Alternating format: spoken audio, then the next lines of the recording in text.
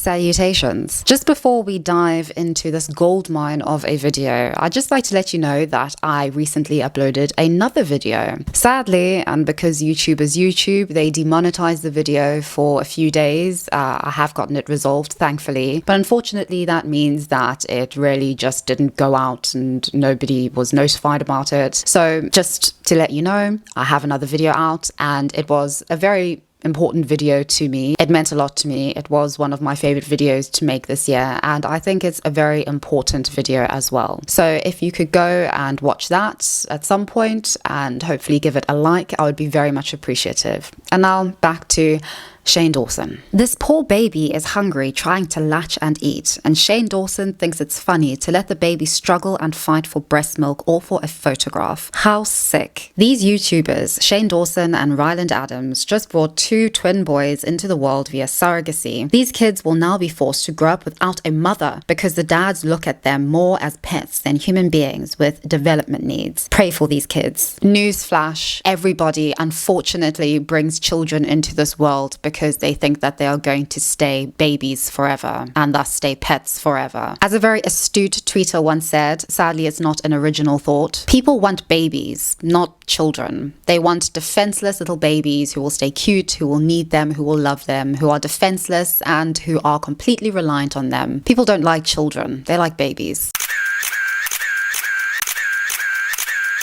So if you don't know who Shane Dawson is a very controversial YouTuber, and he's mainly controversial due to his 2020 cancellation for very, very inappropriate content that he put out and basically made a name for himself on. His content has evolved through the years from being very edgy, crass humor to comedy skits to now conspiratorial videos and anything to do with Jeffree Star and promoting some new palette that nobody's going to end up using, even though everybody's going to end up buying it. And now he has obviously moved on to his next content venture, which is of course going to be family vlogging. The reason I want to talk about this is because of a narrative that has been going on the internet as of late about this particular introduction to the world of Shane Dawson and Ryland Adams' children, their two twin boys. This has basically raised concerns about surrogacy, and I think that these concerns are very valid. Surrogacy, especially in the Western world and most specifically in the US, is terribly, if not at all, regulated. There is no universal regulation which protects surrogates. There's no universal regulation that does extensive background checks on potential parents. And it is ultimately, in my humble opinion, a mere example of wombs for rent. It is a profitable, unregulated venture. It is no wonder that it is booming amongst the rich, amongst particularly white couples in the West who are wealthy, disproportionately wealthy, celebrities, and of course, the tech world / Silicon Valley. But I think it has regrettably brought into the fray another point that is unfortunate. I think that the real serious conversations and real serious moral and ethical reckonings that we need to have about surrogacy, which is merely another example of a poor woman being exploited for the benefit of rich women and the rich world, is being turned into a conversation about a child not having a mother and is becoming incredibly homophobic as a result. Love or hate Shane Dawson for his past and what he has done and the person that he is. Personally, I don't give a hoot about Shane Dawson whatsoever, and I doubt that in the US, under current laws surrounding adoption, that he would qualify as a potential adoptive parent based on his online content and history. But this idea that the surrogacy market and all of its lucrative undertones and its rather deplorable treatment of surrogates, not just in the US but globally, is the sole responsibility and is solely being driven by gay men who want to have the motherly experience is fallacious. And it is a terrible place to be going in the way of trying to defend surrogates and to try to protect surrogates and, importantly as well, the children born of surrogates. I would like to compare the backlash against Shane Dawson comparison to the non-existent backlash against Paris Hilton for having 2 children via surrogate as well. This blatant double standard can be seen in the internet's response to Shane Dawson and his partner having 2 children via surrogate, in comparison to the nigh non-existent outcry to Paris Hilton introducing her 2nd child via surrogate this Thanksgiving. My Thanksgiving was amazing.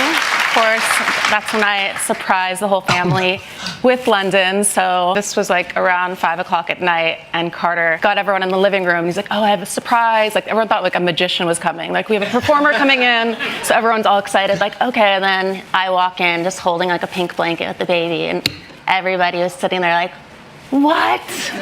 And this just proves to me that people aren't outraged by surrogacy per se. They're outraged by surrogacy insofar as they see it as a way for children to be raised without the traditional and expected mother and father unit. And of course, this doesn't serve anybody except these people who want to promote this homophobic agenda, as opposed to the actual concerns and the actual issues which I think ought to be addressed and really need to be spoken about seriously, which is, of course, surrogacy and the industry and industrial complex of surrogacy. People have been using the rather cringe-worthy photographs that Shane has put out of his children and himself rather insidiously. For instance, this now viral claim that Shane Dawson is trying to breastfeed his child is a complete lie. This is in fact the original photograph. And I'm very, very critical of surrogacy. I think that it's unregulated. I think that it is exactly what, regrettably, a lot of adoption turned into about 5 years ago and now has died out. Children or babies are merely a trend, either to adopt from exotic countries to show how philanthropic the wealthy are, or as a way for the wealthy to no longer go through the grueling process of childbirth and of having to grow a baby for 9 months in a world where celebrities have to constantly be perfect, where celebrities don't want to ruin their figure or risk their health. And of course, the health implications for the surrogate are never considered. The dietary requirements that are placed on the surrogate mother. Surrogates have reported not being allowed to have intercourse, not being allowed to eat certain foods, to do certain exercises. Their lives are controlled and regulated by the parents who are paying them a pittance, the most being $65,000 US for bringing a life into this world, risking their health and in some cases even their lives to bring a child into this world. I am 100% against surrogacy, says the quartering. I tolerate it for a husband and wife who are biologically unable to have a child.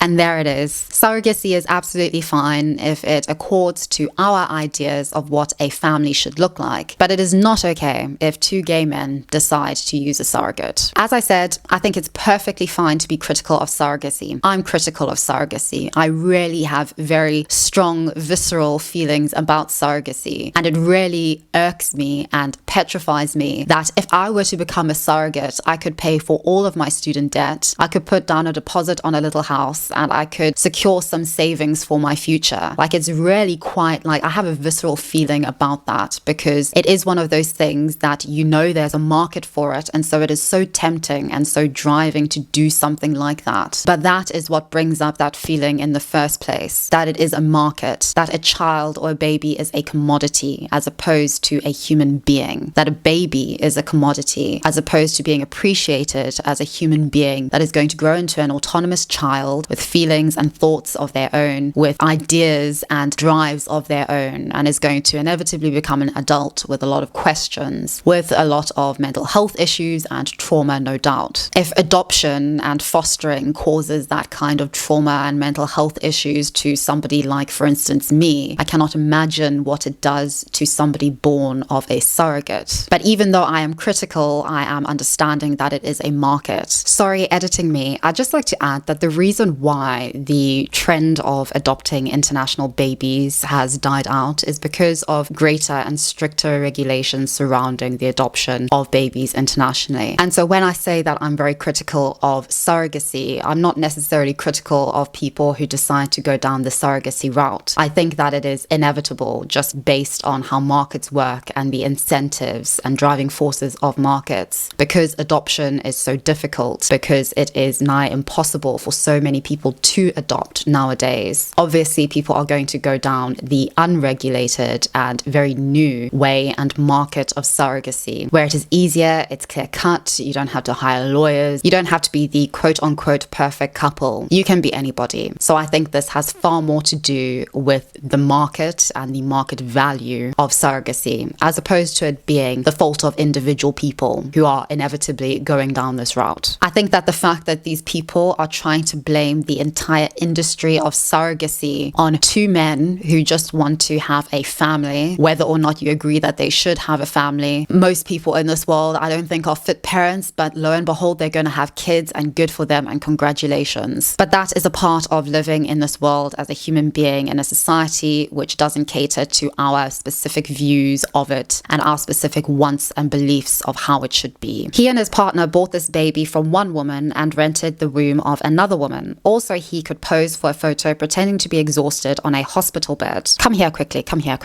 I just have a question. Have you, like me, been force-fed cringe-worthy photographs taken by every plethora and amalgamation of couple on the internet of their sweet little babies? Because I can tell you, straight couples have the most cringe-worthy photographs of their children as well. And this is another issue that I do have with this. Yes, it's cringy. Yes, of course they want to pretend like they were involved in the process. I don't think it is as deep as them trying to completely dismiss the surrogate. I don't think they're thinking that deeply, because if you think deeply about these things, of course you start to realize how pretty morally ambiguous a lot of this is. And so I think inevitably as humans we just shield out all of that stuff in order to do what we want to do. I'm sorry, but why did Paris need a hospital bed? Like, why did she need a hospital bed? Can somebody explain this to me? Why did she need a hospital bracelet, an information bracelet? Why? Hubby did as much as she did. He deserves a bed. Why does she get a bed but he doesn't get a bed? It makes no sense to me. Please explain this to me. Explain this. I mean, did the surrogate get a wheelchair? Did Habibi get a wheelchair?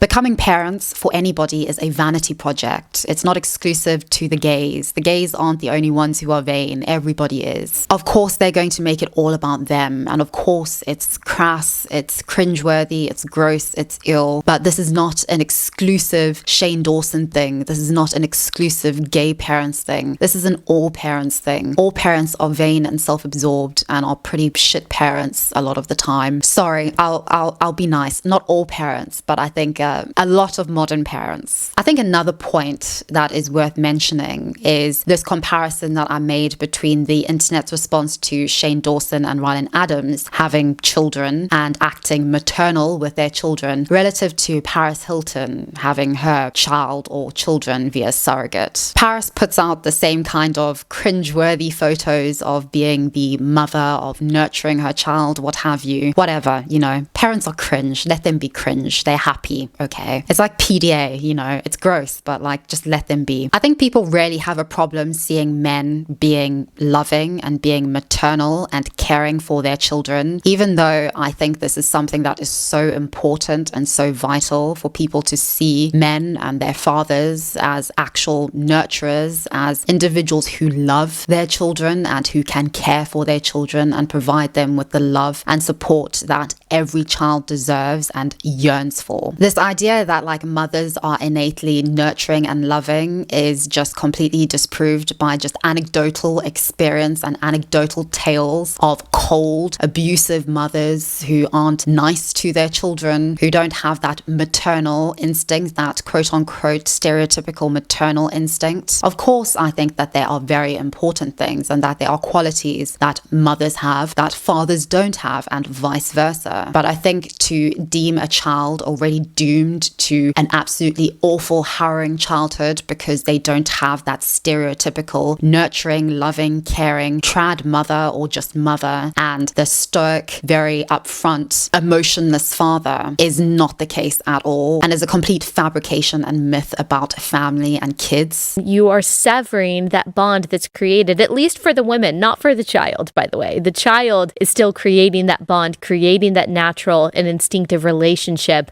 with the woman that is carrying them. He knows her sounds, he knows her heartbeat, he knows her voice, he knows her smell, he knows how she feels. He longs for her the second that they take him out of the womb. He wants that skin to skin. He craves her milk. And yet, in worse treatment than we give to puppies, we rip that child away, both from the biological mother and from the woman who carried him, and we give him to the two strangers, in this case, two males that they don't know, whose sounds and smells and sites they are completely unfamiliar with. As somebody who was abandoned by her mother on the street, who was fostered, then adopted, then fostered again, I even can't remember my mother's voice in the womb. I can't remember latching onto my mother or caring about my mother or whatever. I have no memory of that. It doesn't affect me. So I think this argument is completely baseless and really stupid. This is different than adoption, because adoption redeems a broken situation that already exists. And surrogacy / egg and sperm donation create a broken situation. I think another point made by Ali B. Stuckey can be just as readily applied to mothers or parents who are forced to have children because they can't get an abortion. Do you honestly think somebody who doesn't want a child but is forced by their government to have a child is going to be a good parent, is going to be a loving parent? In a roundabout sort of way, is this not creating a child and creating a situation which ends up being broken? Don't people who are forced to have children that are not viable or that they are not ready for or that they don't want to have for very personal and very understandable reasons in the vast majority of cases, doesn't that create a broken system? Does this look like a healthy system when governments force their citizens to have children that are not viable, that they cannot raise, that could end the life of the mother, that could permanently affect her health? It just seems odd that suddenly when it comes to surrogacy, these same individuals care incessantly about the life of the child. But when it comes to pro-life or pro-choice, suddenly the life and the quality of life of the child doesn't matter at all. Even if in cases where the pregnancy isn't viable, the child has no lungs, for instance, but still the mother has to carry that child, has to nurture that child. And it's interesting because a lot of these people online who are talking about how terrible surrogacy is, how it turns babies and women into commodities, into baby making machines and factories, and ruins and severs families, are the exact same people who will sit in on this conversation between Elon Musk, between Andrew Tate, between Alex Jones, talking about how important it is to just spread their seed as far and wide as possible, to have more babies and more children with women who they don't intend on having families with, who they don't intend on being a part of the child's nurturing and upbringing at all. It's about the numbers. It's about merely commodifying a woman's body and womb for the sake of spreading their DNA and making sure that, I don't know, some great replacement doesn't happen. I think something that is really important is you just literally have to have kids, or there's no next generation. Alex, do you have kids? Yes, I do. I'm not as prolific as you, but I wish I was. They're the best thing in my life. I have 4. Okay, great. And Andrew? I do have a few. I won't let you down, Elon. I'm coming to take over your title. I'm coming to take over. I'm doing my best. I got to use my good looks for something. Well, I think we ought to encourage people to have kids. And And this is the bottom line argument. This is what is so important. We just talked about how the globalists are ultimately selfish and only care Well, about look at their own most people. power Most and of the control. globalists don't have children. And Of course, because they're right. selfish. And what is telling is that these people don't care about children whatsoever. Children are a commodity to them, just a different kind of commodity. In the same way that Shane Dawson's and Paris Hilton's children are just commodities in the way of making content, in the way of just extending and boosting their brand, because we all know that the family vlogging and family influencer industry is big bucks. Babies are just another commodity for the likes of Elon Musk, for the right. I think that everybody, irrespective of political affiliation, sees babies as a commodity. They don't want to think about children. They don't care about children. They don't care, of course, about surrogates, because that would be way too much. And it's far easier and far better to create a moral panic around gay parents wanting to have children and going down the surrogacy route because it is the in thing and the trendy thing to do right now. So yes, those are my thoughts. I guess congratulations to Shane Dawson and Ryland Adams. I don't know. Sorry, you can probably tell what my childhood was like. Anyway, I would love to hear your thoughts about this. What do you think about surrogacy? What do you think about surrogacy specifically for gay parents? What do you think about the argument that adoption is justified but surrogacy isn't? And what do you think about my claim that people don't actually care about children? People care a lot about babies, of course, but not really at all about children. Thank you so much for watching. Please do like and subscribe. I am trying to get to 180 subscribers now before the end of the year, and I would love it if we could do that together. Take good care, and I'll see all of you very, very soon in the next one.